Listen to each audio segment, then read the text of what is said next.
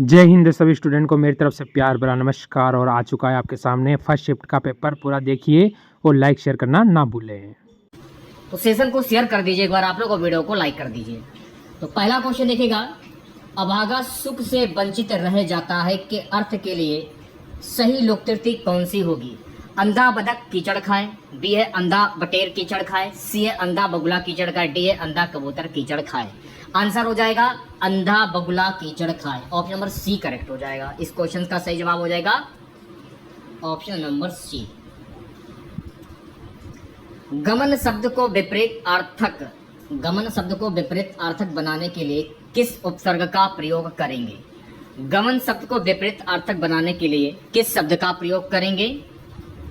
Option number C जो है ये बिल्कुल करेक्ट हो जाएगा, बड़ा आ। अगला प्रश्न क्या है, निम्नलिखित में से कौन सा संबंधवाचक सर्वनाम है? यहाँ पर बात हो रही है संबंधवाचक सर्वनाम की। कौन, जो, कुछ या आपका। ऑप्शन नंबर वी जो है ये बिल्कुल सही हो जाएगा। जो है ना ये संबंधवाचक सर्वनाम हो जाएगा। नेक्स्ट क्वेश्चन, कारक के कितने भेद होते हैं? देखिए पूछ लिया गया, तो मैं आपको जब से पेपर चल रहे हैं तो मैं आपको लगातार बता रहा हूँ कि कारक के कुल 8 भेद होते हैं। ऑप्शन नंबर सी जो है ये बिल्कुल करेक्ट हो जाएगा। कर्ता ने कर्म को करण के द्वारा संप्रदान के लिए अपादान से संबंध का के की अधिकरण मय पर, यह आप लोगों ने बचपन में काफी बार पढ़ा होगा, और कारक से प्रश्न भी पूछे जा रहे हैं हर शिफ्ट में। नेक्स्ट क्वेश्चन क्या है, इनमें से किसके रचनाकार तुलसीदास नहीं है? खुमान रासो, कवितावली, रामचरितमानस, विनय पत्रिका। खुमान रासो के रचनाकार गोस्वामी तुलसीदास नहीं है, तो ऑप्शन नंबर ए जो है ये बिल्कुल करेक्ट हो जाएगा। चलिए बढ़ते हैं नेक्स्ट क्वेश्चंस की ओर। स्वर ए का उच्चारण स्थान, स्वर ए का उच्चारण स्थान क्या होगा? इसका उच्चारण स्थान हो जाएगा कंठ तालुव्य। तो ऑप्शन नंबर डी जो है ये बिल्कुल सही हो जाएगा। अच्छा, होस्ट से कौन कौन से वर्ड बोले जाते हैं? पा, फा, बा, भा और माँ। ये तो आपके हो गए ओष्ठ से। अच्छा, कंठ से कौन कौन से बोले जाते हैं वर्ण? कंठोष्ठ से का, खा, गा, घा, डा। का, खा, गा, घा, ठीक है, का, खा, गा, घा। अच्छा, दंतोष्ठ से कौन कौन से वर्ण बोले जाते हैं? दंतोष्ठ से ता, था, दा, धा और ना। ये दंतोष्ठ से हो गए, तो ये आपको ध्यान में रखना है। नेक्स्ट क्वेश्चन देखेगा, स्वर्ग पृथ्वी हरिण किस शब्द के अनेकार्थी हैं? स्वर्ग पृथ्वी हरिण जो है ना गाइस, ये घो के अनेकार्थी शब्द हैं, तो सी ऑप्शन जो है ये बिल्कुल करेक्ट हो जाएगा। ठीक है, नेक्स्ट क्वेश्चन देखेगा, सन 1973 में साहित्य अकादमी पुरस्कार प्राप्त आलोक पर्व किसकी रचना है? सन 1973 में साहित्य अकादमी पुरस्कार प्राप्त आलोक पर्व जो है ना गाइस, ये किसकी रचना है? तो ये रचना जो है ना हजारी प्रसाद द्विवेदी के, तो ऑप्शन नंबर वी करेक्ट हो जाएगा। नेक्स्ट क्वेश्चन देखिएगा सभी बच्चे, 2002 में 2 पंक्तियों के बीच कविता के लिए साहित्य अकादमी पुरस्कार किसे दिया गया? अरुण कमल, राजेश जोशी, अलका श्रावगी, मंगलेश डबराल। किसको दिया गया था? तो मेरे प्यारे साथियों राजेश जोशी को दिया गया, तो ऑप्शन नंबर वी जो है ये बिल्कुल सही हो जाएगा। नेक्स्ट क्वेश्चन देखेगा, स्वर संधि कितने प्रकार के होते हैं? 5, 2, 3 या 4? तो जो भी बच्चे ऑप्शन नंबर ए की ओर जा रहे हैं, स्वर संधि कुल 5 प्रकार की होती हैं। अब आपको ये तो पता चलेगा कि स्वर संधि कुल 5 प्रकार की होती हैं। कौन कौन सी होती है वो भी जान लीजिए आप लोग। दीर्घ स्वर संधि, वृद्धि स्वर संधि, गुण स्वर संधि, आयाति स्वर संधि और यण स्वर संधि, तो ये भी आपको ध्यान में रखना है। नेक्स्ट क्वेश्चन देखेगा, मैं पूरा वाक्य नहीं पढ़ रहा हूँ, यहाँ पर जो आप से देख रहे हैं ना, ये सबसे ज्यादा कॉमन यही होगा। तो आप लोगों ने, मैंने आपको क्या बताया कि कारक से भी प्रश्न हर शिफ्ट में पूछे जा रहे हैं। वह घर से बाहर गया, तो इसमें जो से जो है ना ये सबसे ज्यादा कॉमन है। कर्ता ने कर्म को करण के द्वारा संप्रदान के लिए अपादान से, तो से किस में आता है? अपादान में आता है, अपादान आपका सही आंसर हो जाएगा। कारक के कितने भेद होते हैं? अभी करंटली में आज ही प्रश्न पूछा गया, अभी मैंने आपको कराया, तो 8 भेद होते हैं, ये भी आपको ध्यान में रखना है। अगला प्रश्न क्या है, निम्नलिखित में से कौन सा शब्द त्रिवृक का पर्यायवाची शब्द नहीं है? त्रिवृक का पर्यायवाची शब्द नहीं है। त्रिलोक जो है त्रिवृक का पर्यायवाची शब्द नहीं है, तो बी ऑप्शन करेक्ट हो जाएगा। नेक्स्ट क्वेश्चन देखेगा, कौन सा वाक्य शुद्ध है? तो यहाँ पर आपको शुद्ध वाक्य की पहचान करनी है। रामचरितमानस एक धार्मिक ग्रंथ है, ये आपका शुद्ध वाक्य हो जाएगा, तो बी ऑप्शन करेक्ट हो जाएगा। निम्नलिखित में से किस रस का स्थायी भाव क्रोध है? तो रोध रस का स्थायी भाव क्रोध तो होता है, ये आपको ध्यान में रखना है। अच्छा, भयानक का स्थायी भाव क्या होता है? भय होता है। और अगर हम बात करें वीर रस का स्थायी भाव क्या होता है? तो वीर रस का स्थायी भाव होता है उत्साह। और भीतर रस का स्थायी भाव क्या होता है? भीतर रस का स्थायी भाव होता है जुगुस्सा। तो ये सारे फैक्ट आपको ध्यान में रखने हैं, क्योंकि रस से भी प्रश्न पूछे जा रहे हैं और कारक से भी प्रश्न पूछे जा रहे हैं। अगला प्रश्न क्या है कि श्रुति सम भिन्नार्थक शब्द के जोड़े को पहचानना है आपको। इसमें दिन, दिवस, अपेक्षा, उपेक्षा, संसार, जगत, शाम, संध्या। तो क्या आंसर होगा? आंसर हो जाएगा ऑप्शन नंबर बी, अपेक्षा, उपेक्षा। नेक्स्ट क्वेश्चन देखेगा सभी बच्चे। वीडियो अच्छा लगे तो आप लोग वीडियो को लाइक कीजिएगा ज्यादा से ज्यादा। परीक्षा शब्द निम्नलिखित वर्गों में से किस वर्ग में आता है? जो परीक्षा शब्द है ये किन वर्गों में से किस वर्ग में आता है, ये प्रश्न में पूछा जा रहा है। तो परीक्षा जो है ना, ये तत्सम वर्ग में आता है, यानी ऐसे वाक्य जो संस्कृत से उत्पन्न हुए हों वो तत्सम शब्द कहलाते हैं। ठीक है, तो परीक्षा जो है ना, ये संस्कृत भाषा का शब्द है, इसलिए ये तत्सम शब्द हो जाएगा। नेक्स्ट क्वेश्चन क्या है कि कर्मवाच में प्रधान होता है। तो भैया मेरे कर्मवाच में क्या प्रधान होता है? विचार, कर्ता, भाव या कर्म? तो मेरे प्यारे साथियों कर्म प्रधान होता है। तो डी ऑप्शन जो है ये बिल्कुल सही हो जाएगा। नेक्स्ट क्वेश्चन देखेगा। चंद्रमा तथा ब्राह्मण के लिए एक शब्द क्या होता है? श्रेष्ठ, सोम, द्विज या वर्ण? चंद्रमा तथा ब्राह्मण के लिए एक शब्द क्या होता है? तो चंद्रमा तथा ब्राह्मण के लिए एक शब्द होता है द्विज। ऑप्शन नंबर सी करेक्ट होगा। पंकज में कौन सा समास होगा? देखिए पंकज से प्रश्न पूछ लिया गया है, तो पंकज में कौन सा समास हो जाएगा? बहुप्रिय समास हो जाएगा। तो ऑप्शन नंबर डी जो है ये बिल्कुल सही हो जाएगा। पंकज का समास विग्रह क्या होता है? पंख कीचड़ में उगने वाला, यानी कि कमल। कमल किसका बैठने का स्थान है? माँ सरस्वती का। तो मैंने आपको क्या बताया था कि जब किसी वाक्य में किसी प्रसिद्ध व्यक्ति या भगवान के नाम आ जाए तो वहां पर कौन सा समास होता है? बहुप्रिय समास। ठीक है, नेक्स्ट क्वेश्चन देखेगा। आ बैल मुझे मार, इसका अर्थ क्या होता है? आ बैल मुझे मार, इसका अर्थ होता है मेरे प्यारे साथियों जानबूझकर मुसीबत में पड़ना। तो सी ऑप्शन जो है ये बिल्कुल सही हो जाएगा।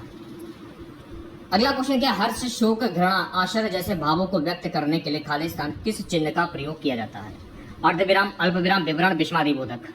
किस चिन्ह का प्रयोग किया जाता है? तो विस्मयादिबोधक चिन्ह का प्रयोग किया जाता है। ऑप्शन नंबर डी करेक्ट हो जाएगा। नेक्स्ट क्वेश्चन, निम्न में से कौन सा तद्भव शब्द है? यानी ऐसे शब्द जो हिंदी भाषा से उत्पन्न हुए हों वो तद्भव शब्द कहलाते हैं। तो इसमें जो जीव है ना, ये आपका तद्भव शब्द हो जाएगा। तो डी ऑप्शन करेक्ट हो जाएगा। नेक्स्ट क्वेश्चन देखेगा। नबल, सुंदर, श्याम शरीर में कौन सा अलंकार होगा? देखिए छपा हुआ क्वेश्चन रखा है और मैं आपको क्या बताऊं कि कौन कौन से क्वेश्चन हमारे पढ़ाए हुए आए हैं।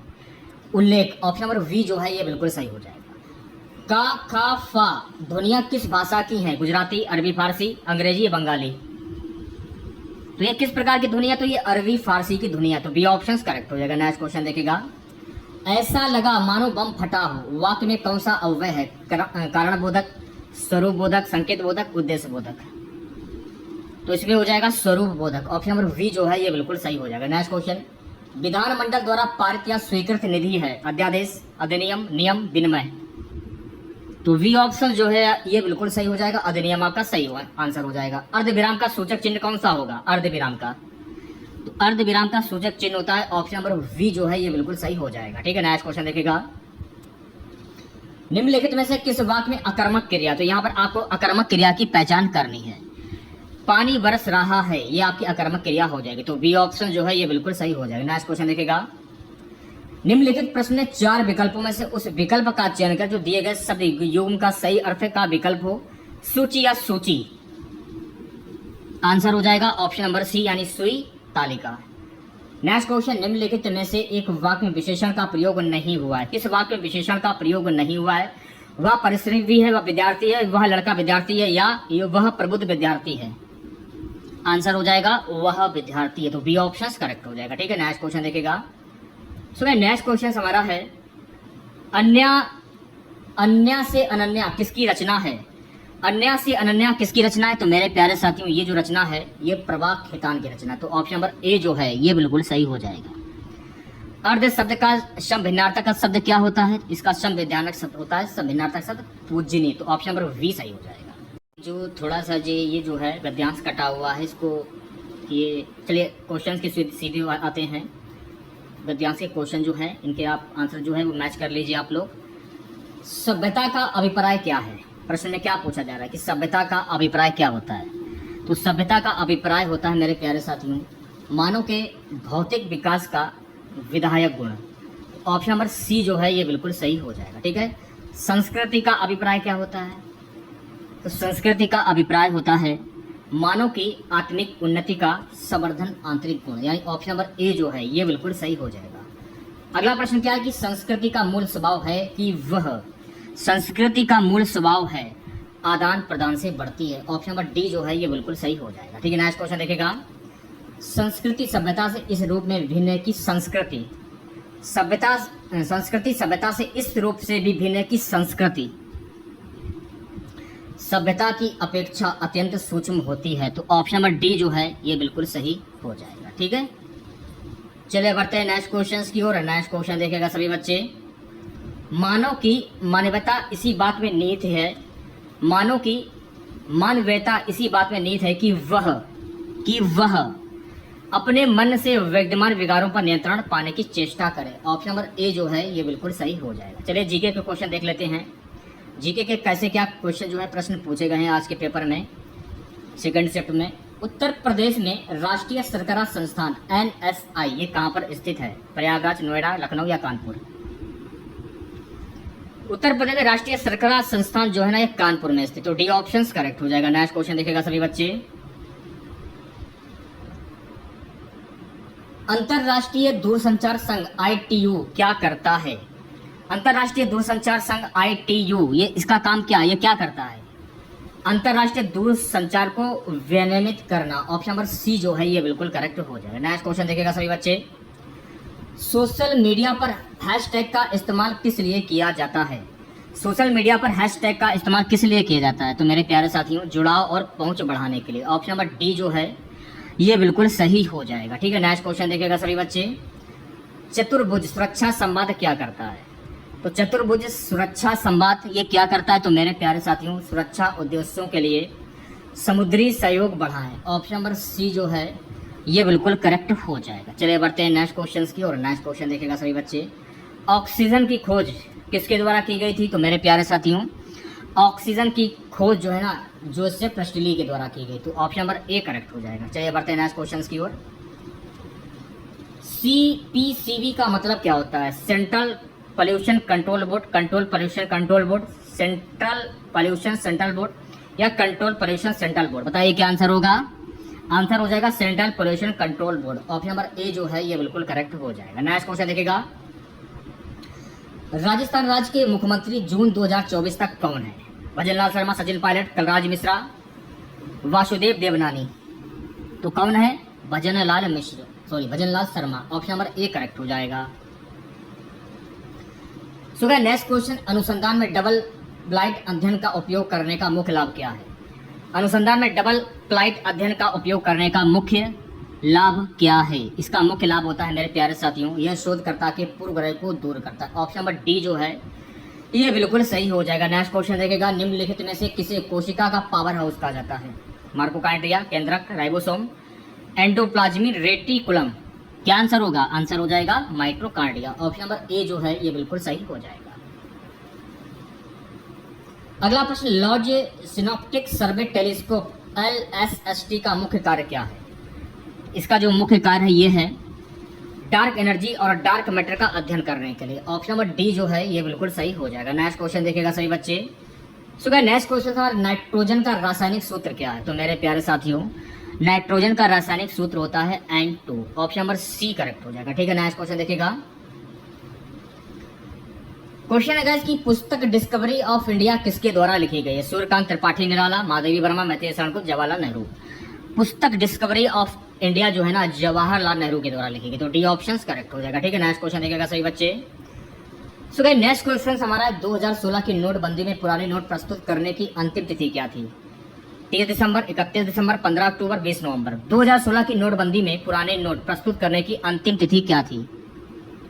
30 दिसंबर। ऑप्शन नंबर ए जो है ये बिल्कुल सही हो जाएगा। ठीक है। नेक्स्ट क्वेश्चन देखेगा सभी बच्चे। सो गाइस नेक्स्ट क्वेश्चन हमारा क्षेत्रफल की दृष्टि से कौन सा देश सबसे बड़ा है? संयुक्त राज्य अमेरिका, रूस, कनाडा, चीन?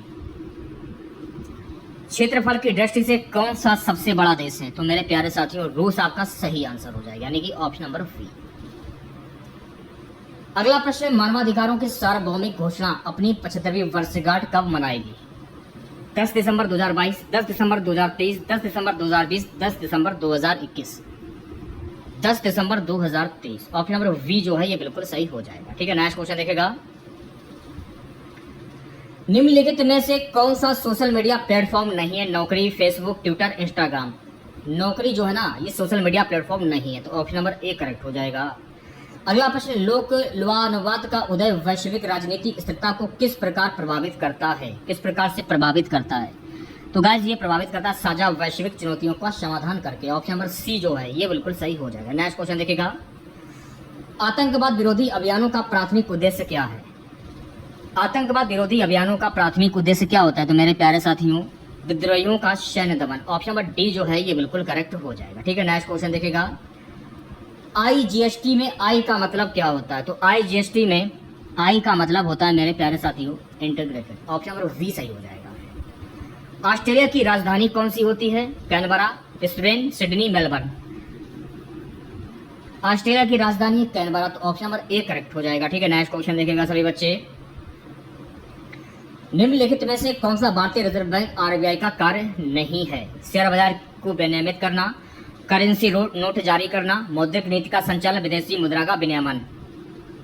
तो जो भी बच्चे ऑप्शन नंबर ए की ओर जा रहे हैं वो बच्चे बिल्कुल सही हो जाएंगे, शेयर बाजार को विनियमित करना। एक एशियाई विकास बैंक ADB क्या करता है? तो एशियाई विकास बैंक ADB का मुख्य काम क्या है? ये सदस्य देशों के बीच व्यापार समझौते को बढ़ाता है। ऑप्शन नंबर ए करेक्ट हो जाएगा। सेशन को शेयर कर दीजिए और वीडियो को लाइक कर दीजिए। नेक्स्ट क्वेश्चन देखिएगा सभी बच्चे। सो गाइस नेक्स्ट क्वेश्चन, हमारे भारत में पहली पंचवर्षीय योजना कब लागू की गई थी? तो भारत में जो पहली पंचवर्षीय योजना जो है ना, ये लागू की गई थी वर्ष 1951 में। तो ऑप्शन नंबर वी जो है ये बिल्कुल सही हो जाएगा। लुइस मोंटेनेग्रो जो हाल ही में अप्रैल 2024 तक खबरों में थे, ये किस देश के नए प्रधानमंत्री बने हैं?